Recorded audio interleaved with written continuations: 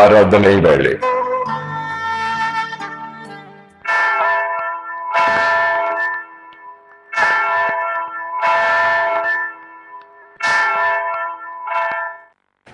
இறைமகன் இயேசு கிறிஸ்துவின் இணையற்ற நாமத்தில் இந்த ஆராதனை வேளை சிறப்பு நிகழ்ச்சிக்கு உங்கள் யாவரையும் வாழ்த்தி வரவேற்கிறோம்.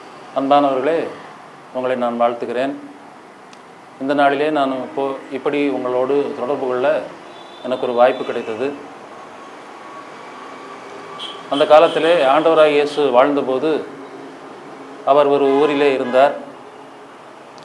அப்போது அங்கே வந்திருந்த ஒரு அருமையான சகோதரி, அவர்கள் ஊருக்குள்ளாக எல்லாருக்கும் முன்பதாக போய் வர முடியாது, எல்லாரோடும் அவர்கள் இருக்கவும் இயலாது. என்னவென்றால், ஒரு 12 வருடம் அந்த அம்மாவுக்கு பெரும்பாடு, அதாவது உதிரப்போக்கு 12 வருடமாக அவர்களுக்கு இருந்தது.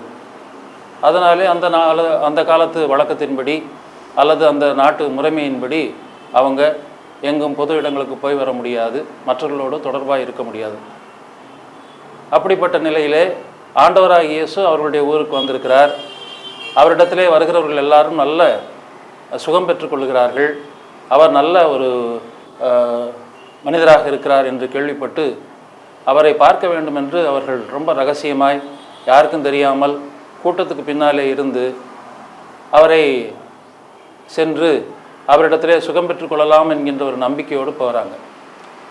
அப்படி போனவங்க கூட்டத்திலே கொஞ்சம் கொஞ்சமாக பின்னால் இருந்து முன்னாலே முன்னேறி எப்படி இயேசுவை பார்ப்பது, அவருக்கு முன்னால் போய் அவர் முகத்தை பார்க்க வேண்டுமே, அதுக்கு பதிலாக பின்னாலே போய் அவருடைய ட்ரெஸ்ஸை, அவர் போட்டிருந்த அங்கியை தொடலாம் அப்படின்னு சொல்லி அவங்க மனசுக்குள்ளே முடிவு பண்ணிட்டு பின்னால் போய் இயேசுக்கிட்ட வந்துட்டாங்க.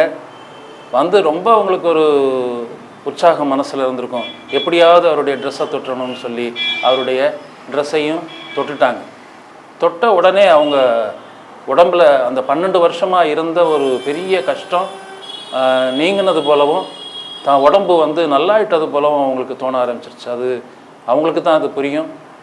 அந்த நிலை ஏற்பட்ட உடனே அப்படியே அவங்க ஒரு மாதிரி அந்த இடத்துல இருந்திருப்பாங்க, இல்லாட்டி ஒதுங்கி ஓரமாக போய் ரொம்ப சந்தோஷமாக இருந்திருப்பாங்க. இந்த நேரத்தில் இயேசு ஒரு கேள்வி கேட்குறாரு. அவ்வளோ பெரிய கூட்டம், நெருக்கமாக எல்லாரும் இருக்கிறாங்க, அவருடைய சீடர்களும் அவங்களோடு கூட இருக்கிறாங்க. அப்போ அவங்க சிஷ்யர்களை பார்த்து கேட்குறாரு, என்னை தொட்டது யாருன்னொடனே அவங்கெல்லாம், நாங்கள்லாம் உங்களை ரொம்ப நெருக்கி நிற்கிறோம், தொட்டது யாருன்னு கேட்குறீங்களே, இல்லை ஒரு தேவையோடு, ஒரு எதிர்பார்ப்போடு, ஒரு நினைப்போடு என்னை வந்து ஒருத்தவங்க தொட்டாங்க, அது யாருன்னொடனே இந்த அம்மா வந்து சரி இயேசுக்கு தெரிஞ்சிருச்சு, இதுக்கு பிறகு நம்ம இருக்க முடியாது என்று இயேசுக்கு முன்னால் போய் நான் தான் அவங்கள தொட்டேன் என்று அவங்க சொல்கிறாங்க. சரிம்மா, நீ போ, உன்னுடைய நம்பிக்கை உன்னை காப்பாற்றியது என்று அவர் சொல்லுகிறார். அன்பானவர்களே, எந்த விதமான சூழ்நிலையாக இருந்தாலும், இயேசுவை பற்றி ஒருவேளை உங்களுக்கு தெரியாமல் இருந்தாலும் பரவாயில்லை.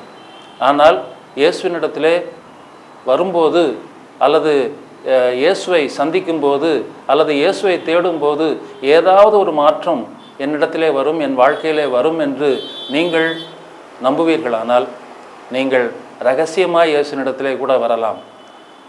அவர் உங்களை எல்லாருக்கும் முன்பாக வெளிப்படுத்துவார் என்று சந்தேகம் கொள்ள வேண்டாம்.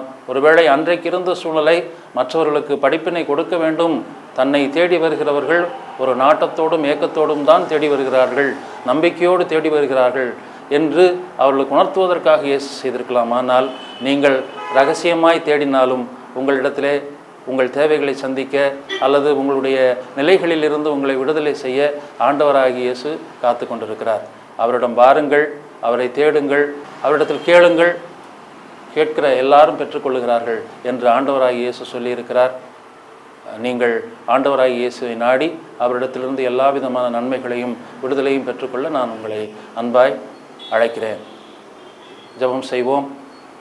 எங்களை நேசிக்கிற பிதாவே, இப்போதும் இதை கேட்டுக்கொண்டிருக்கிறவர்கள் இரகசியமாகவோ அல்லது வெளிப்படையாகவோ உம்மை தேடி உம்மிடத்திலே வர விரும்புவார்களானால், உம்மை தொடுவார்களானால், உம்மிடத்திலே கேட்பார்களானால், நீர் உமது தன்மையின்படியே உமது பண்பு பாசத்தின்படியே உம்மிடத்திலே வருகிறவர்களை நீர் சேர்த்து கொள்கிறதுனாலே அவர்களையும் உம்மிடத்திலே சேர்த்து கொள்ளும். அவருடைய தேவைகளை சந்தியும், அவர்களை ஆசீர்வதியும்.